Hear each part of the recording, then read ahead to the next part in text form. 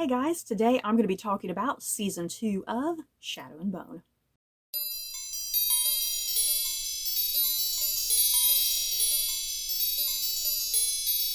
So, before I head into my thoughts and feelings on Season 2 of Shadow and Bone, I'm definitely probably going to be talking about spoilers in this video. I just don't think there's any way to avoid talking about some of the things that went down in this particular season.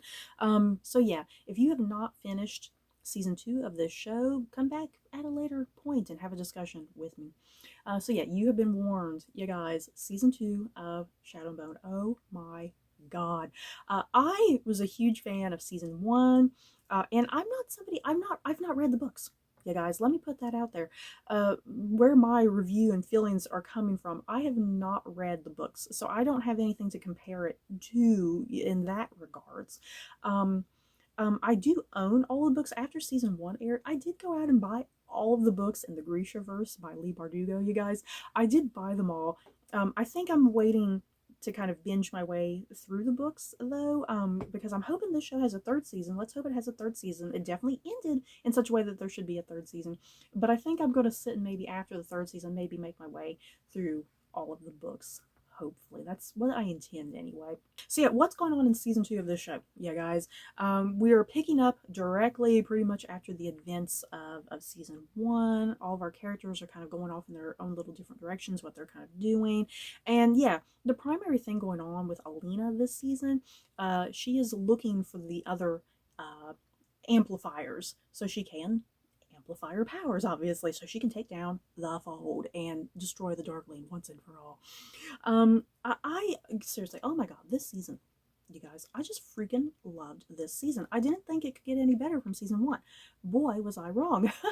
What I loved in particular about this season, first off, I love that the episodes were longer. Let's be real. Last season, I think the episodes were fairly short sometimes, because I think there were a couple episodes that were maybe 45 minutes, you know. And this season, for the most part, every episode runs about an hour, and some of them go over a few minutes past an hour.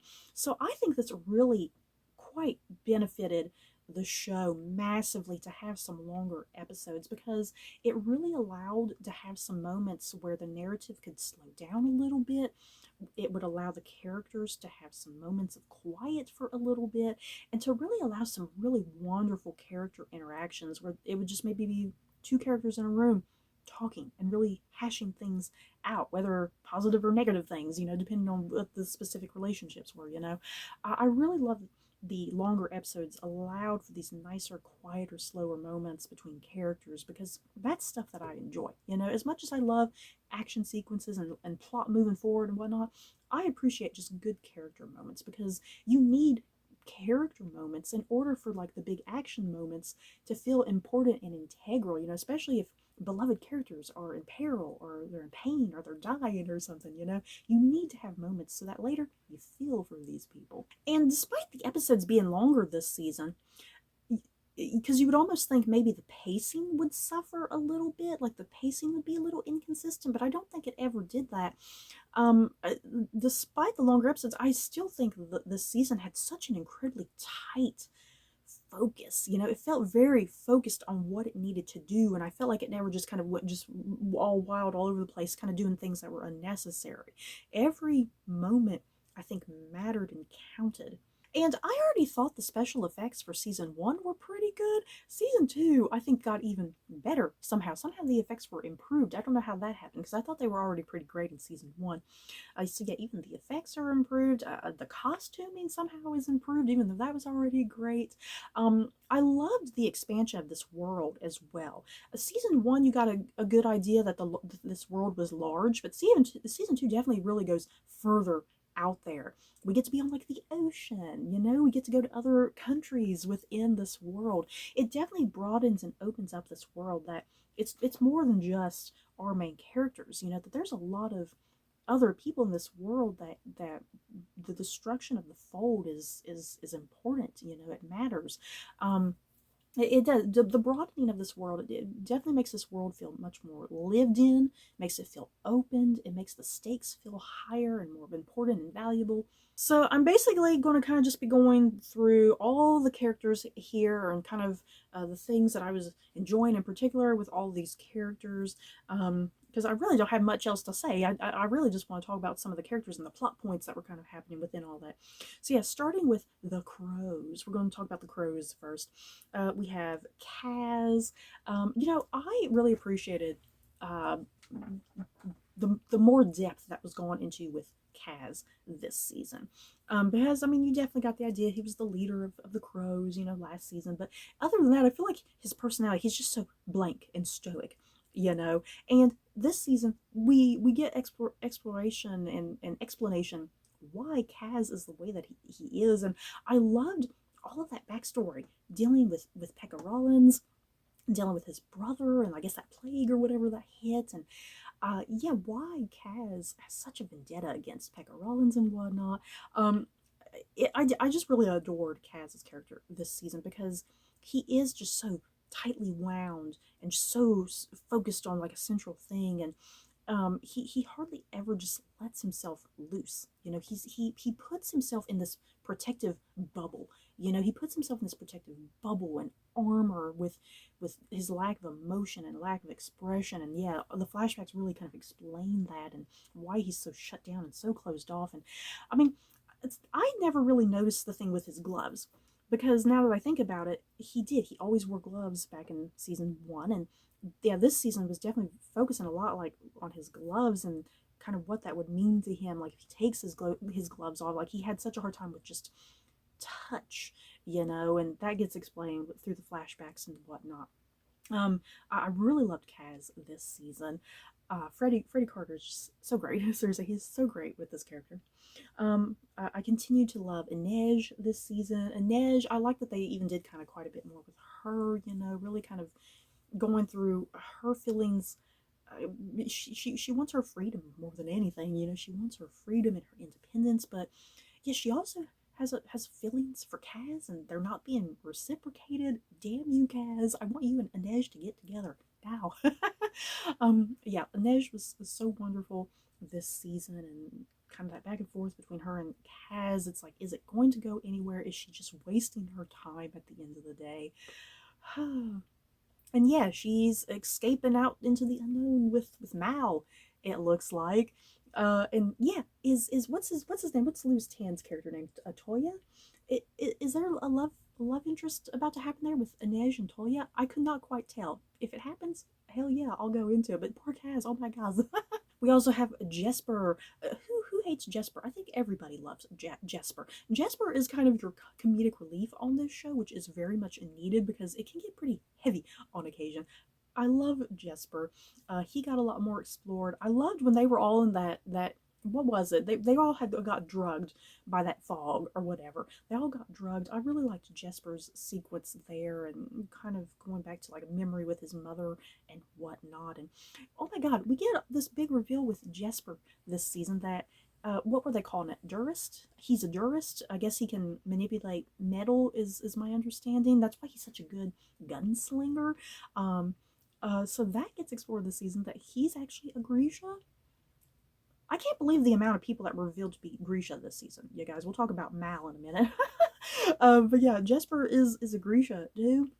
Another character, Wylan. I really love the introduction of Wylan this season. He's kind of the explosives expert, if you will. I think is how Kaz kept referring to him. Wylan comes in. He's kind of there to do kind of what he is good at, which is to kind of build things and blow things up. And yeah, he forms a nice, lovely little relationship with Jesper. Hell yes, it was sweet. It was adorable. I loved kind of the drama that started happening near the middle of the season, especially when they all got drugged up by that fog or whatever it was when they went into that one place. I loved all that drama there because yeah, Jesper kind of says something stupid about, oh, you can't read, and of course that hurts Wyland's feelings, and then Wyland says something else later and that hurts Jesper's feelings. I love the drama and the back and forth. It was great, but they ultimately get together, thank god. Moving on, Nina and Matthias. Oh my god. Poor Matthias gets absolutely nothing to do this season, you guys. He's pretty much, as you saw from season 1 ending, Nina had to do what she had to do to protect and save him. And unfortunately, he got thrown into like a prison, and now he's stuck there. And Matthias spends the entire season still in that jail. Yeah, guys, I thought for sure he would get out of it, but alas, no. I'm assuming that's what season 3 is going to do, that Nina will at some point manage to rescue Matthias, hopefully. But yeah, Matthias is pretty much stuck in jail, kind of forced to fight to the death on occasion. I love that sequence with him and the wolves, because he did not want to kill those wolves. And yet now, Kaz finally got his revenge on Pekka Rollins. Pekka Rollins is now in that jail with Matthias, and it seems like Pekka Rollins and Matthias are forming some sort of horrible partnership. I don't know how that's going to go. So I kind of loved all that. I really like the extended role of Pekka Rollins this season, you guys, because he was barely even in the first season, and I really liked that expansion of his character and really making him feel like a true evil and a true threat and whatnot. So yeah, hopefully Matthias, I don't know what's going to happen to Matthias, you guys. Hopefully Nina can save him. Let's hope Nina can save him. But yeah, speaking of Nina, I really like the expanded role of Nina this season, because season 1, Matthias and Nina were barely even in that first season, you guys. A lot of times their scenes almost felt a little slightly out of place, but I know why they had to be in that first season, so we can have this stuff in this season. You had to get their story partially out of the way. You couldn't just have them all of a sudden here in this season. So I really like that Nina was in this season a lot more. She was pretty much in every single episode, because you can't say the same about that for last season. I just continue to love Nina. I love her and Matthias as a couple. I hope they can make it work. I hope she can save them or save him. Oh my god. Let's see. Let's move on to some of the newbie characters here really quickly before I get to the main people. Of course, I'm saving the main people for last. One of our new characters, Nikolai, you guys. I had kind of already been spoiled about this last season, unfortunately. I wish I had not been spoiled, because people had already been saying, oh, they can't wait for Nikolai, and they had already spoiled that he was posing as a pirate or whatever, a privateer, as he keeps saying, that he's posing as that, but he's actually the prince, the prince of their land and whatnot. So I had already been spoiled with that. So then when that reveal came that he was actually Prince Nikolai, not a privateer, that spoiler, I was like, oh, well, I already know, so it didn't come as a big shocker, a big wow moment for me, unfortunately. But yeah, Nikolai, he's played by Patrick Gibson. I freaking love Nikolai. Oh my god, he is definitely like a new favorite for me, especially after the Darkling, you guys. I don't even want to talk about the Darkling just yet. I'm still upset. So yeah, if I need a new man to focus on, I have Nikolai. Nikolai, yeah, he's the prince of this world. In his spare time, he likes going out, and he says privateer. He's pretty much a pirate, you guys. I like to think of him more as a pirate than a privateer. Yeah, he's like the younger son within the royal family and whatnot. He has an older brother who's an absolute douche and a jerk. Oh my god. And yeah, my understanding with Nikolai, it seems like, was I kind of reading this correctly, that he is perhaps not really the son of the king, that perhaps he is more like the bastard child of his mother and another man? Maybe. Did I understand that correctly? Because it seemed like his brother was kind of hinting and teasing at that, and that when they had that one party, that he was going to reveal, like, oh, my brother's a bastard, he can't become king at any point or what. But then, yeah, of course, Kurgan's shadow monsters came in and destroyed all that, before he could say anything. But yeah, I love Nikolai. Oh my god, he was great. The only other thing I've seen Patrick Gibson in, you guys, that I really liked him in, he was in the White Princess miniseries. He was great in that. I loved him, so I was pretty excited to see him cast in this. And then moving on, Toya, played by Lewis Tan. Oh my god, you guys, I love Lewis Tan. I wish Lewis Tan was just in everything, and so this was a great show for him to be on. Lewis Tan, he's a naturally good actor. He's a naturally good fighter and stuntman, because he's been in a lot of stuff where he does pretty much his own stunts, because he can. I love seeing his natural talents put to use in this show, and I really like the character of Toya. He was kind of another comedic relief element too. His whole thing with poetry and whatnot, he just spout poetry all of a sudden. Yeah, I just love so much about the Toya character just in general. I cannot wait to see more of him and his sister, Tamar. Toya and Tamar, I love them as a duo, brother-sister pairing. They worked wonderfully together, and they also worked wonderfully just as individuals, separated with other groups of people and whatnot, which is nice. I'm glad that it worked that way, that they didn't need to be a duo to make it work. They could be separate too as wonderful individual characters. So I can't wait for more Toya and Tamar. Um, Great additions to this show. I love them to bits. Um, I forgot about Jinya and David, you guys. Let's talk about Jinya and David. Oh my god, one of the most heartbreaking couples this entire show, I think, was Jinya and David. Poor Jinya, she's with Kerrigan. She tries to escape with David, but his shadow monsters sit and scratch up half of her face, so she has that to deal with that she's embarrassed about. But David don't care. I really love Jinya and David this whole season, just because they were part of Kerrigan's group of loyal Grisha, but they kind of start realizing, hey, it's not going great. He's the bad guy. We need to side with Alina. I love kind of their journey and having to prove to Alina and the other characters, hey, we're on your side. We're not with Kerrigan. We believe your cause is the right cause, and we want to change and make things better.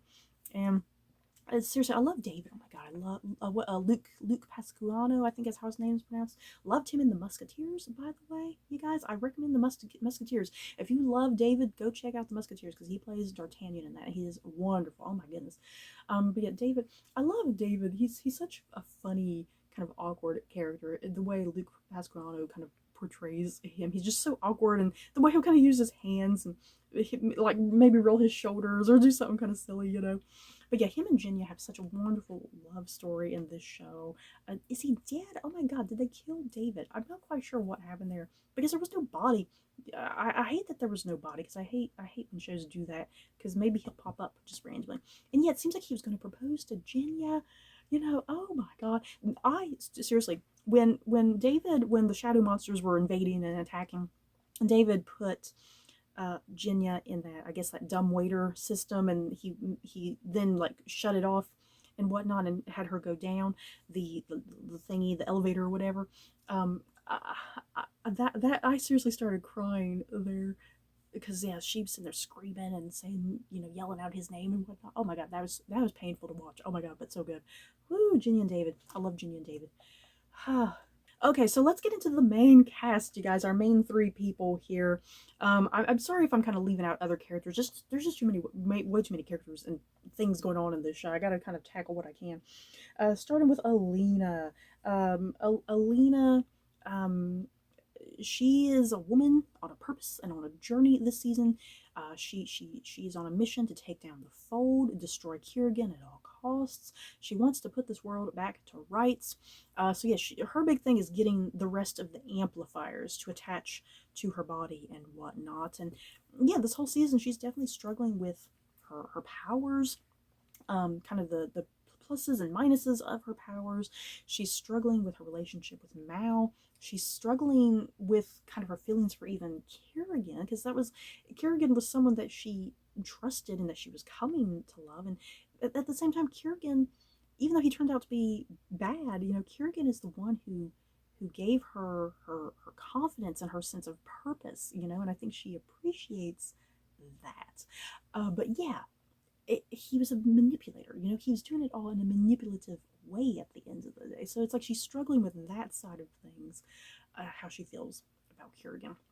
Yeah, I really enjoyed Alina's arc this entire season, and just how she was feeling about her powers and how her powers were making her feel good. Like she wants her powers for her own. She doesn't want her powers to be used and abused by somebody else. She wants to have faith and confidence in her own powers, to be comfortable with her own powers and what she can do with them. So I really liked all of that. I also just really liked Alina's scenes also with Nikolai. You guys, I liked that whole partnership between them, because she's willing to marry him in order to kind of build up an alliance. Mal in the meantime, poor Mal. But yeah, it's like I totally understood it. I was like, girl, if you need to marry Nikolai, you do what you need to do. So I guess they married by the end of the season. I'm not quite sure if Alina and Nikolai were totally married by the end, or if we'll get like a wedding in the next season. I don't know. And yeah, speaking of Mal, you guys, oh my god, Mal. I like Mal. Archie Renault. He doesn't do anything wrong with Mal. I think the problem with Mal sometimes is a little bit boring, unfortunately, compared to some of the other amazing characters on the show. The thing is, I think Mal is kind of deliberately almost a little boring because he's not Grisha. You know, we think he's not Grisha, but then all of a sudden he is Grisha. Yeah, guys, he's the Firebird.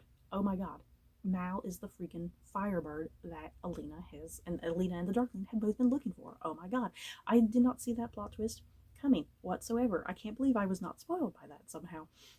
Brilliant though, brilliant, so interesting.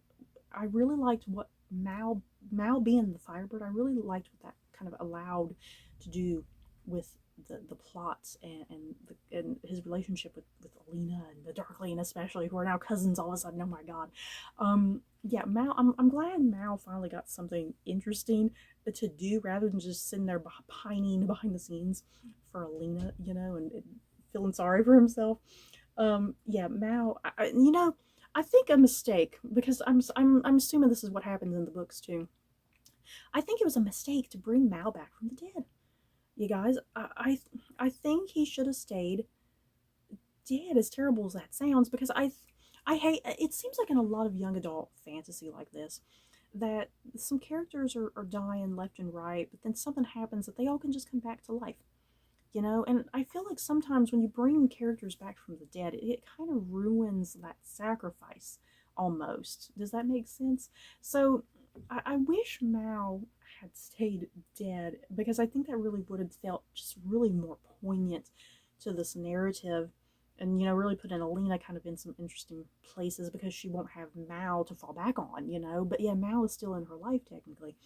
um but yeah, I'm curious where Mal is going, because yeah, he's taken over Nikolai's ship. He is now like the pirate captain of that ship. I kind of liked how they did that, like, because I can't remember the name that Nikolai was using as the pirate, but now that name is going to Mal. I kind of like that Princess Bride element of it, because you know, like in the Princess Bride, Wesley, he's playing the Dread Pirate Roberts, but that name has been going down through the decades. Other guys have been the Dread Pirate Roberts. So I love how Mal, it's like a mantle, you know. The name is a mantle that he's going to take on.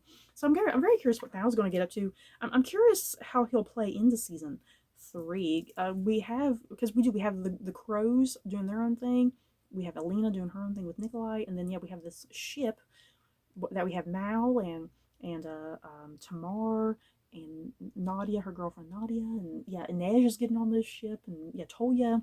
Yeah, it's like we have 3 different chunks of characters going on. So I'm kind of curious Mal's role and what Mal is going to get up to on the show in the next season and whatnot.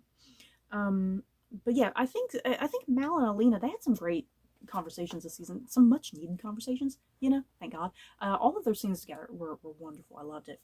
And of course, you guys, I left Ben Barnes as the Darkling for last. Of course I did. I am just so upset. Oh my God, I was really expecting to have lovely, sexy, charismatic Ben Barnes for a 3rd season, you guys, and it looks like it's not happening.